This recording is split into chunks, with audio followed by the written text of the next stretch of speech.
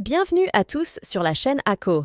Aujourd'hui, nous allons préparer des chips de manière très simple et rapide, avec tous les secrets de son succès, et il reste croustillant longtemps même s'il devient froid. Et nous ne le préparerons qu'avec un couteau, et nous n'aurons pas besoin d'un autre outil. Et comme je vous l'ai dit, c'est une méthode facile et simple que vous répéterez toujours, et dont vous ne vous passerez pas. Ces chips rendront vos enfants heureux, et vous n'aurez pas à acheter des chips au marché dont vous ne connaissez pas les ingrédients et comment elles ont été préparées. Et maintenant, mes amis, pour ne pas nous attarder, passons à la recette. Avant de commencer, abonnez-vous à la chaîne et cliquez sur le bouton j'aime pour nous encourager à préparer plus de vidéos. Et cliquez sur le bouton cloche pour obtenir toutes les nouvelles pour vous. Et maintenant, commençons. Dans la recette d'aujourd'hui, puisque nous allons préparer des chips, nous aurons bien sûr besoin de pommes de terre. Comme vous pouvez le voir avec moi, j'ai 3 pommes de terre de taille moyenne ici. Quant à la quantité, elle reste selon vos goûts et ceux que vous souhaitez consommer. Quant au type de pommes de terre à utiliser, ce sont des pommes de terre blanches, pas rouges, car les pommes de terre blanches sont meilleures pour la friture que les rouges, car elles sont croustillantes et délicieuses, contrairement aux pommes de terre rouges.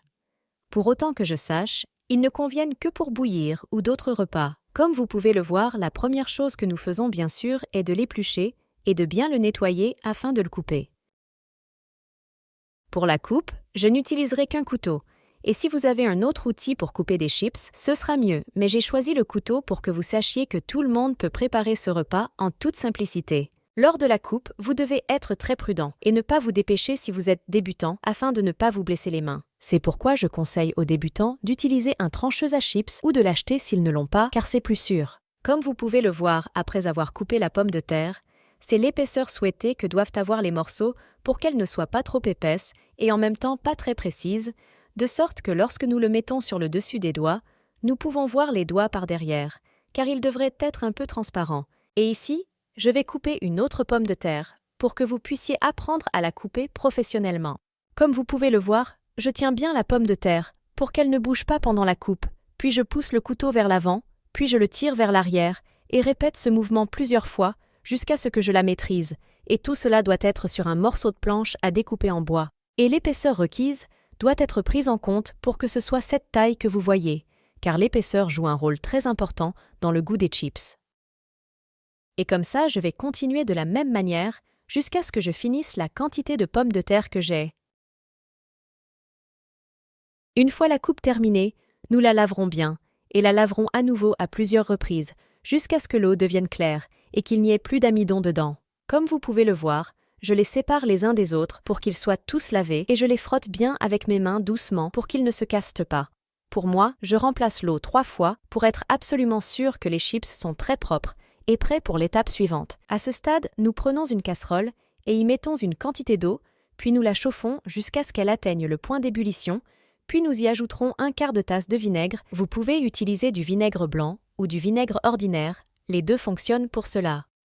Et y mettrons les chips et remuerons, et n'arrêtez jamais de remuer pendant 3 ou 4 minutes et ne le laissez pas longtemps. Nous voulons juste qu'il soit un peu mouillé et nous ne voulons pas le laisser jusqu'à ce qu'il soit bouilli. Comme vous pouvez le voir, je le remue et le tourne doucement à l'aide d'une cuillère en bois, car sa texture est douce et contribue à empêcher les chips de se déchirer ou de se casser.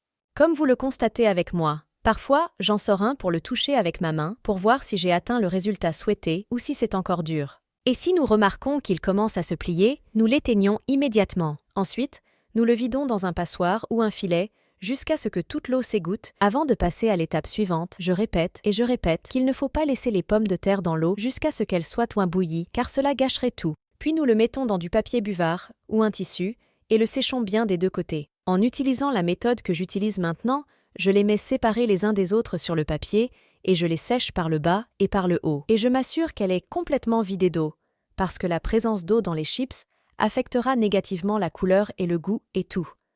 Alors, assurez-vous de bien sécher l'eau au maximum. Et voici le résultat que nous voulons atteindre, pour que les chips, lorsqu'ils sont touchés à la main, soient complètement secs d'eau. Et avec ce merveilleux résultat, les frites sont maintenant prêtes pour la friture. Nous mettons donc les chips dans une poêle dans laquelle il y a une quantité suffisante d'huile pour que soit légèrement élevée. Et on laisse chauffer à feu moyen et on remue les chips de temps en temps pour qu'elles ne collent pas. À cette étape, nous ne faisons pas frire les chips jusqu'à ce qu'elles soient complètement frites, mais nous les faisons frire à moitié frites. Et permettez-moi de répéter ce que j'ai dit précédemment, n'oubliez pas de le remuer à plusieurs reprises pour que tous les morceaux soient frits de tous les côtés. Quant à la poêle à frire qu'il faut utiliser, il vaut mieux qu'elle soit un peu grosse pour que l'huile ne se renverse pas lors du déplacement des pommes de terre. Comme je vous l'ai dit à cette étape, nous ne laissons pas les pommes de terre jusqu'à ce qu'elles soient rouges, mais nous les retirons de l'huile avant qu'elles ne soient frites. Et ce sont les pommes de terre après que je les ai frites à moitié frites. Nous le mettons dispersé de cette façon, comme vous pouvez le voir, et le laissons jusqu'à ce qu'il refroidisse un peu, puis nous le remettons dans l'huile pour le faire frire à nouveau. Quant à l'huile, elle ne doit pas être trop chaude, mais moyenne et à feu moyen. À cette étape, je vais mettre toute la quantité que j'ai parce que la poêle que j'ai est grande, et si vous avez une petite poêle, vous devez diviser la quantité. Ensuite, nous le remuons à plusieurs reprises et nous n'arrêtons pas de remuer à cette étape pour que les chips soient cuites de tous les côtés et aient une couleur dorée, et le secret à ce stade est de remuer pour que les chips soient croustillantes. Honnêtement, les chips de cette manière sont très savoureuses et plus que merveilleuses, et je suis sûre que si vous les préparez de cette manière, vous les répéterez toujours. De plus, ce repas ravira vos enfants et ils mangeront un repas maison sain qui ne contient aucun conservateur ni aucun danger. Mes chéris, je continue de remuer jusqu'à ce que j'atteigne la couleur que je veux. Quant à la couleur, c'est vous qui la contrôlez selon votre volonté et chacun selon son goût. Il y a ceux qui l'aiment comme couleur claire ou dorée ou comme vous voulez. Quelle que soit la couleur, elle est croquante et délicieuse. Et une fois qu'il est bien frit, je le sors de la poêle et le mets dans une passoire ou un buvard pour qu'il s'égoutte de l'huile et sèche complètement de l'huile et ait un goût très merveilleux et croustillant. Et à cette étape, je mets un peu de sel et d'épices et je remue de cette façon pour prendre la saveur des épices. Et c'est la dernière forme de chips que j'ai préparée avec vous aujourd'hui. Et franchement, c'est très savoureux, croustillant et plus que merveilleux. Et vous devriez l'essayer, car ça vaut vraiment la peine d'essayer. Comme je vous l'ai dit, cette méthode garde les chips croustillantes longtemps, même si elles deviennent froides. Quant au goût, il ne peut être décrit tant que vous ne l'avez pas essayé vous-même. Et maintenant, mes chéris, je vais vous dire au revoir. Rencontrons-nous dans une autre vidéo. Merci de me suivre et de me soutenir.